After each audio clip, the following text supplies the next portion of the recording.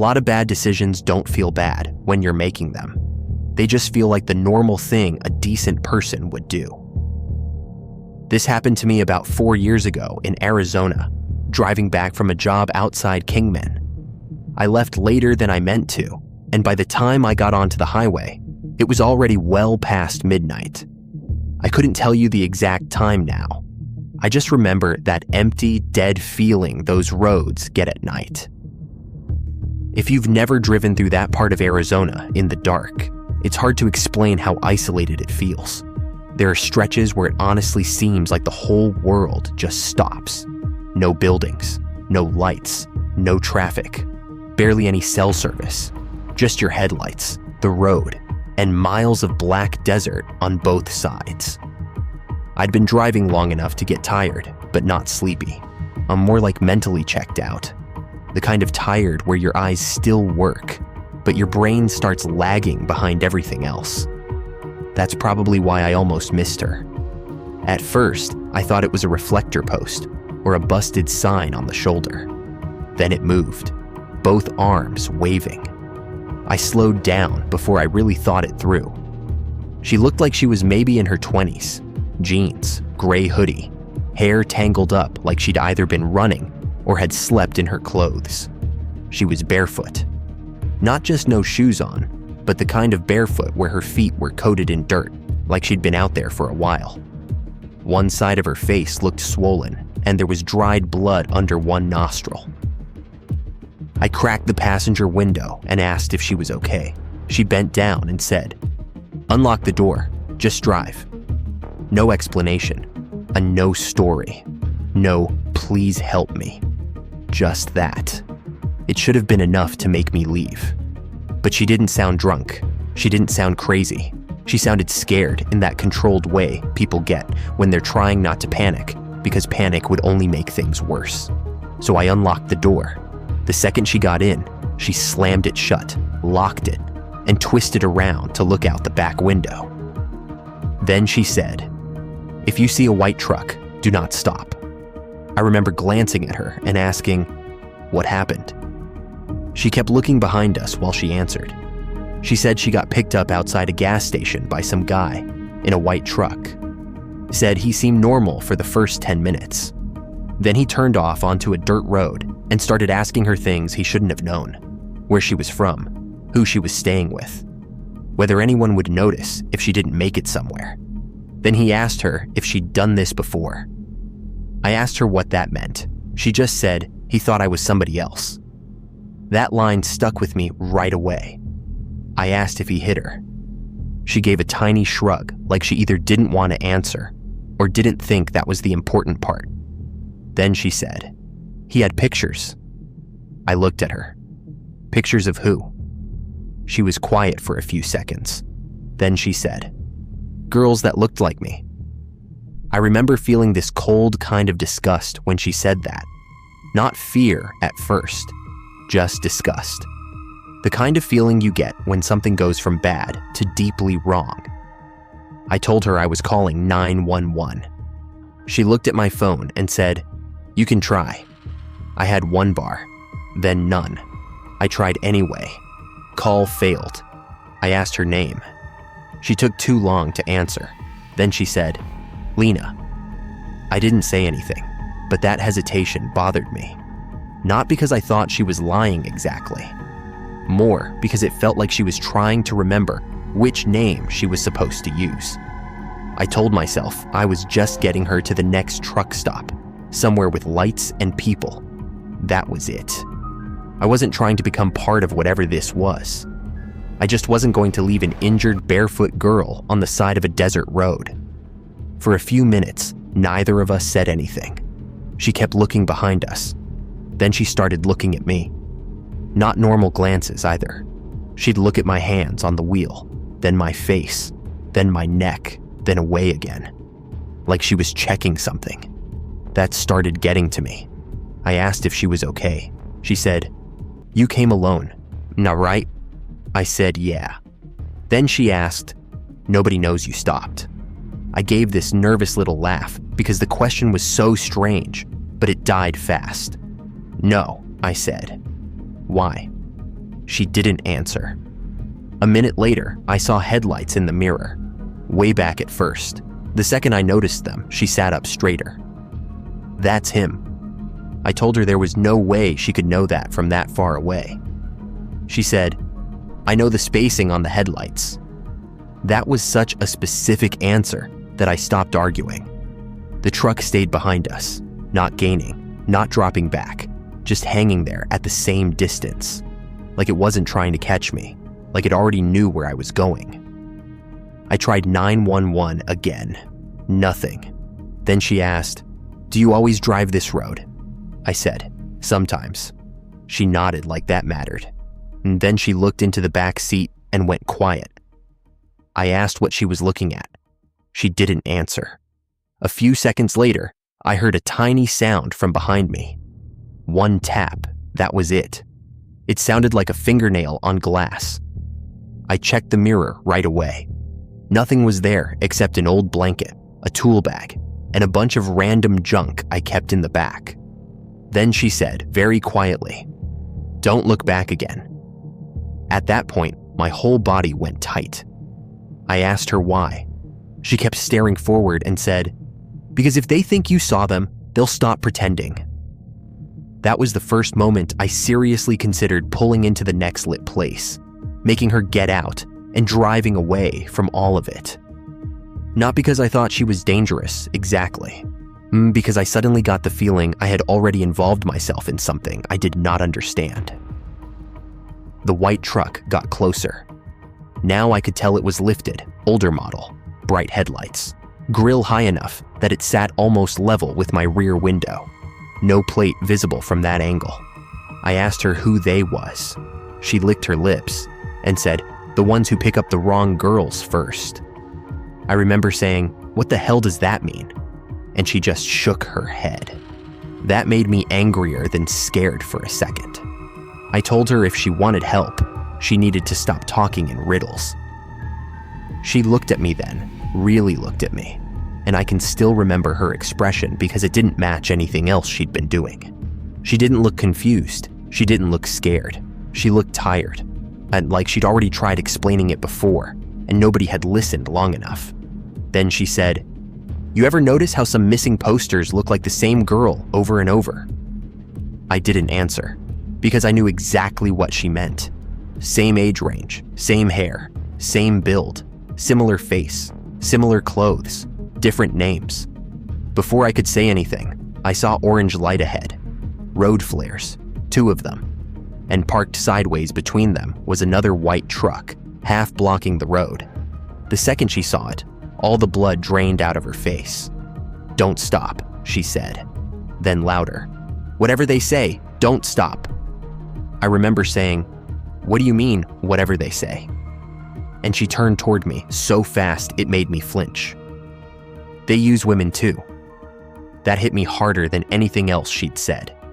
Because suddenly the hesitation on her name, the way she'd been studying my face, the weird questions about whether I was alone, all of it got a lot uglier.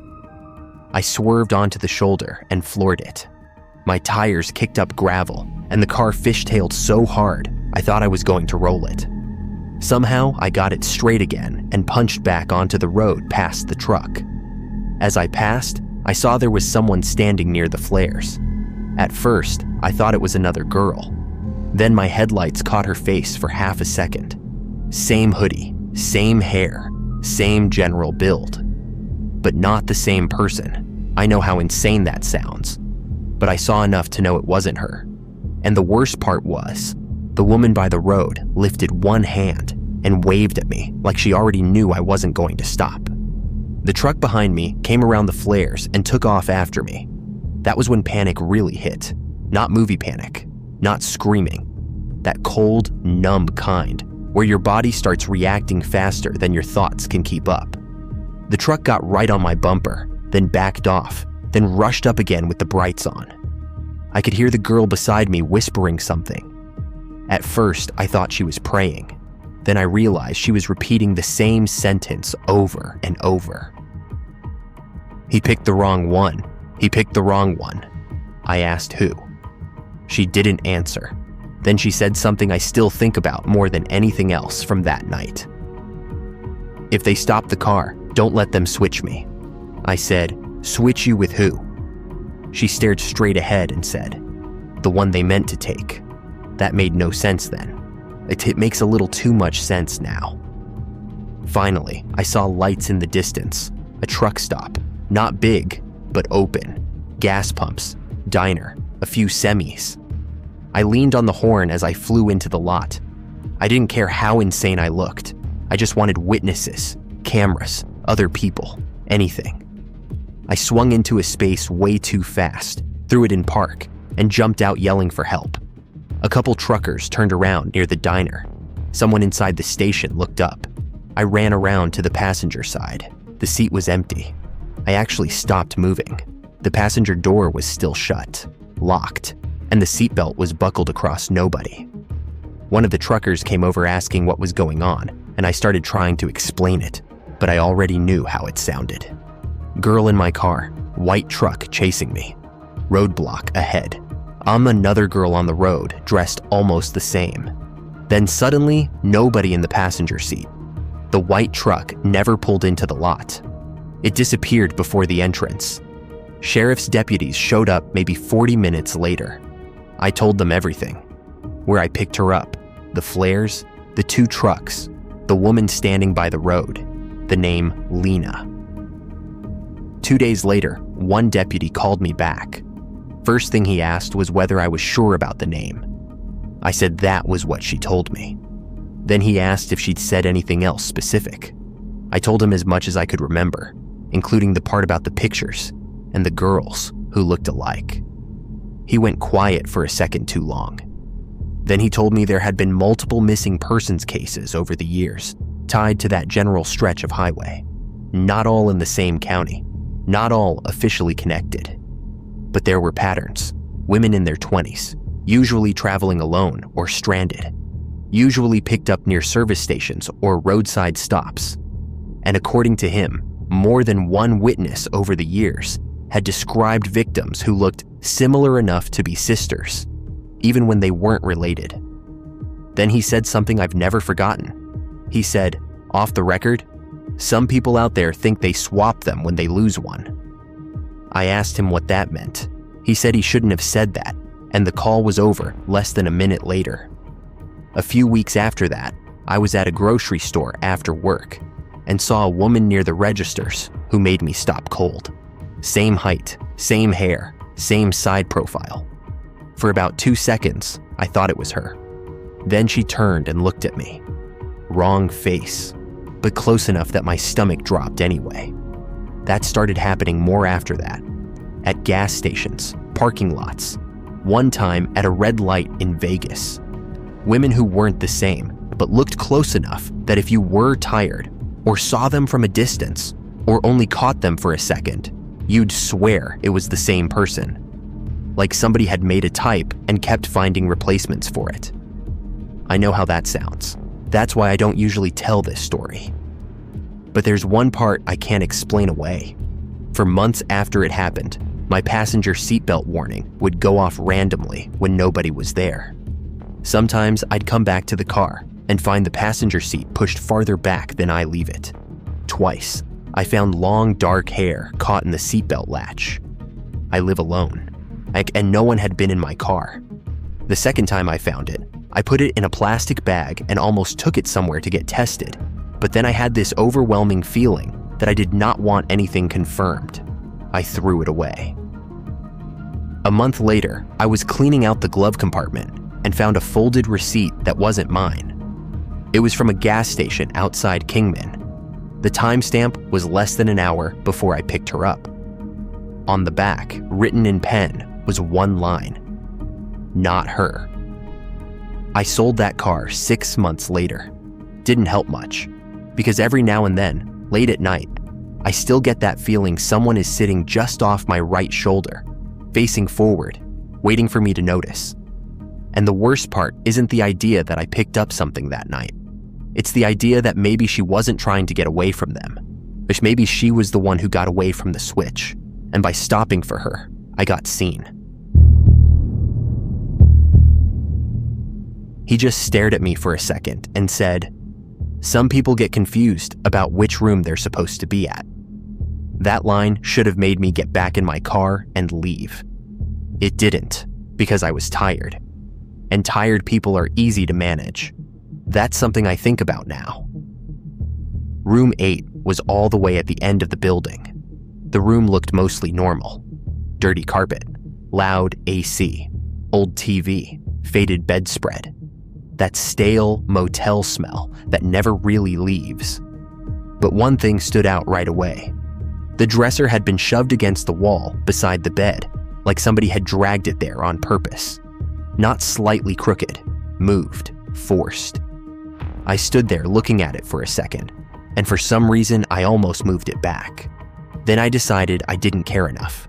I locked the door, dropped my bag, took a quick shower, I'd say, and sat on the bed checking messages. Then the room phone rang. I picked it up, thinking it was the front desk. A man's voice said, "You got company yet?" Then he hung up. I just sat there holding the receiver, not scared yet, just trying to decide whether I'd actually heard what I thought I heard. Then I went to the window and pulled the curtain back a little. The cargo van was still there. I couldn't see anybody inside, but I saw the side door shift slightly, like it had just been pulled shut from the inside. I let the curtain fall back into place. A couple minutes later, I heard something scrape across the floor near the door. I looked down and saw a white envelope pushed halfway underneath it. It had 8 written on the front. Inside were 3 Polaroids. The first one was my car pulling into the lot. The second was me checking in at the front desk. The third was my room window from outside, with my silhouette visible through the curtain. That got every bit of tiredness out of me instantly.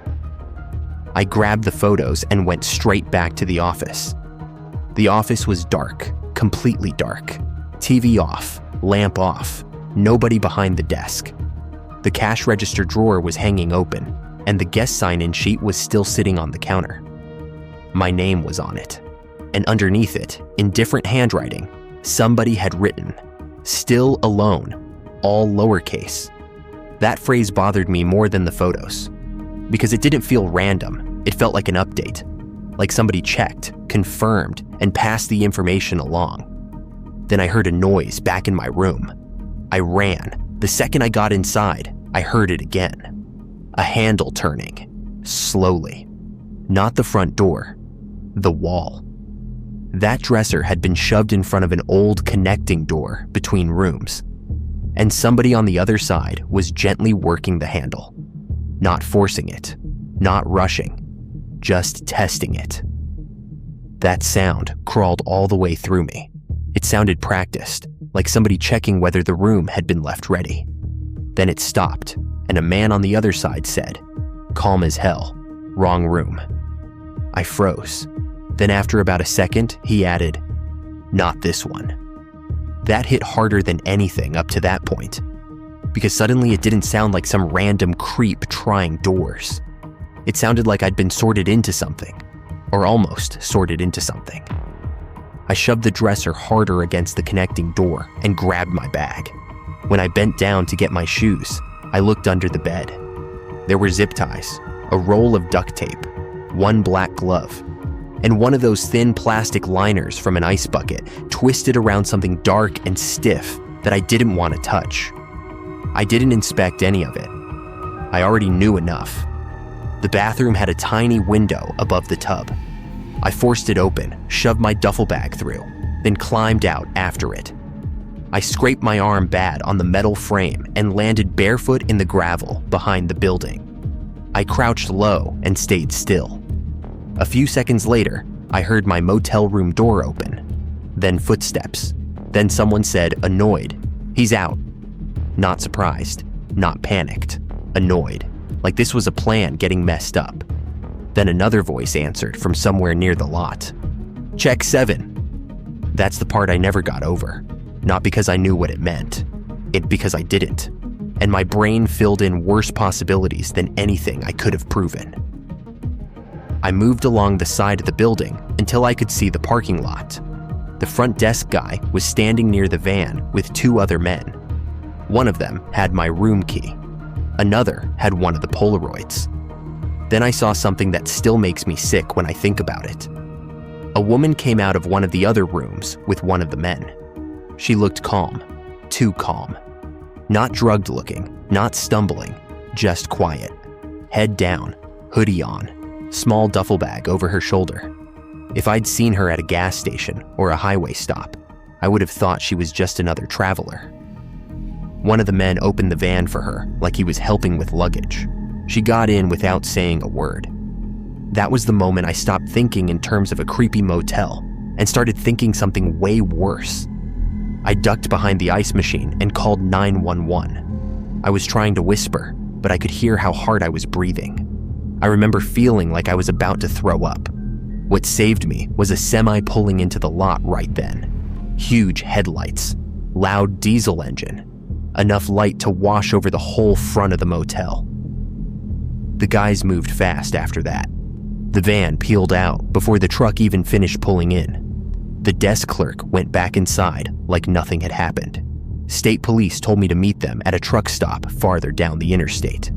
I gave my statement there, and county deputies went back with them. According to them, when they got there, the office was locked. The motel manager claimed he'd been asleep, and room 8 had been cleaned out, and there was nothing under the bed.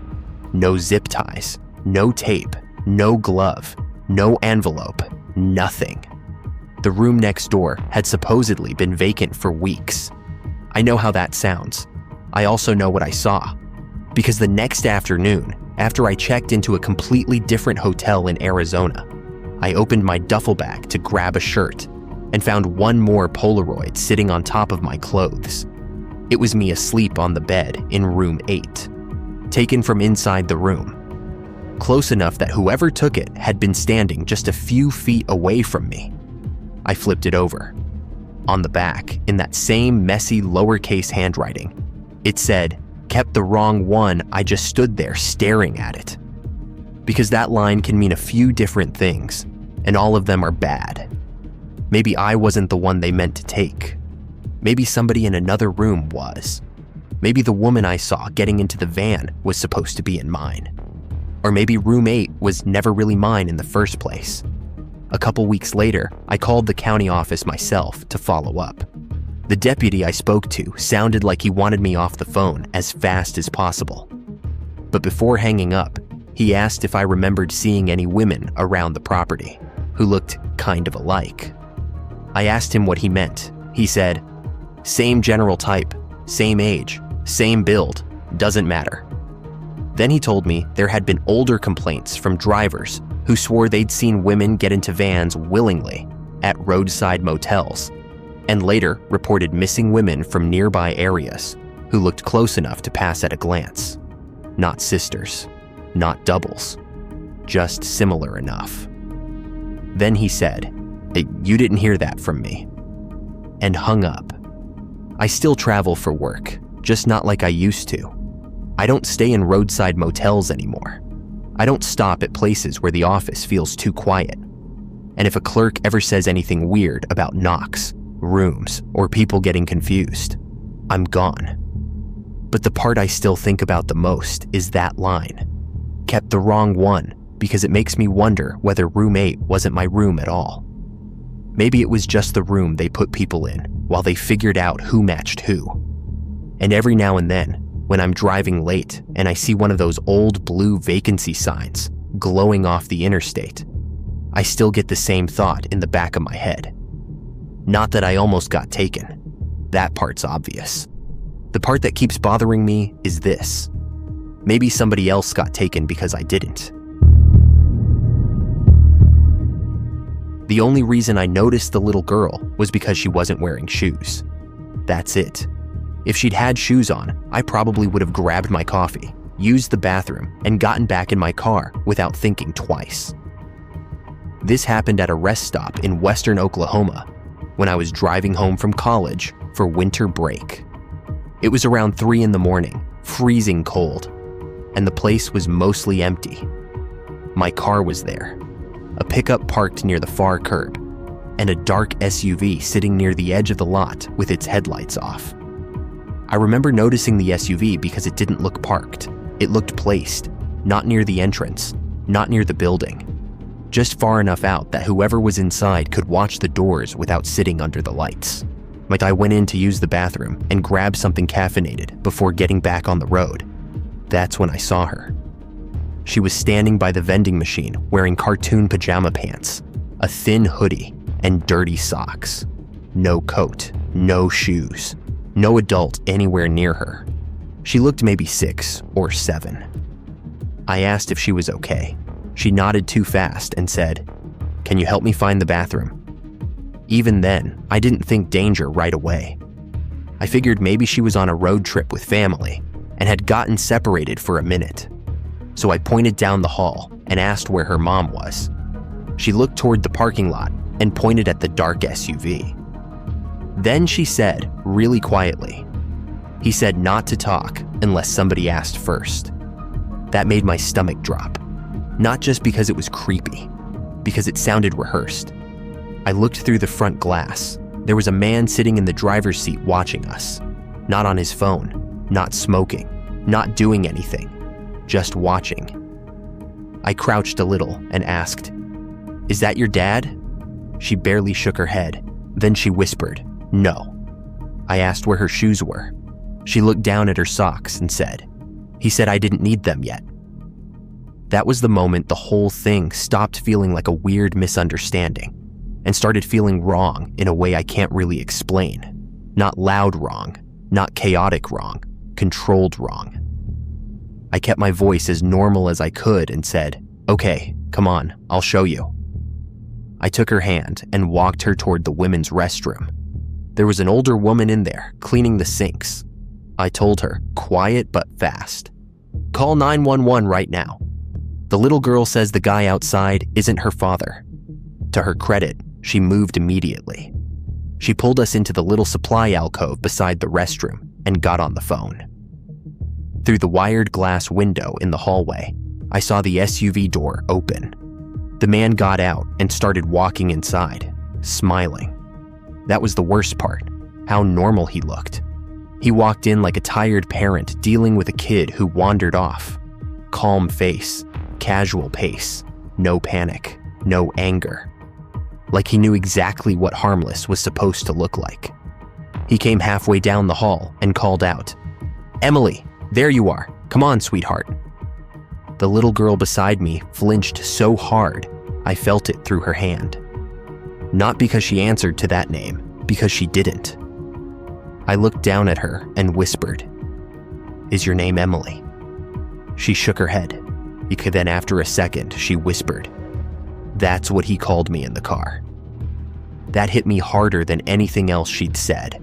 Not because it was dramatic, because it sounded like he was trying names. Like he didn't care who she really was, as long as she matched whatever story he planned to use. The guy got closer and said, still smiling, "She's shy, she does this."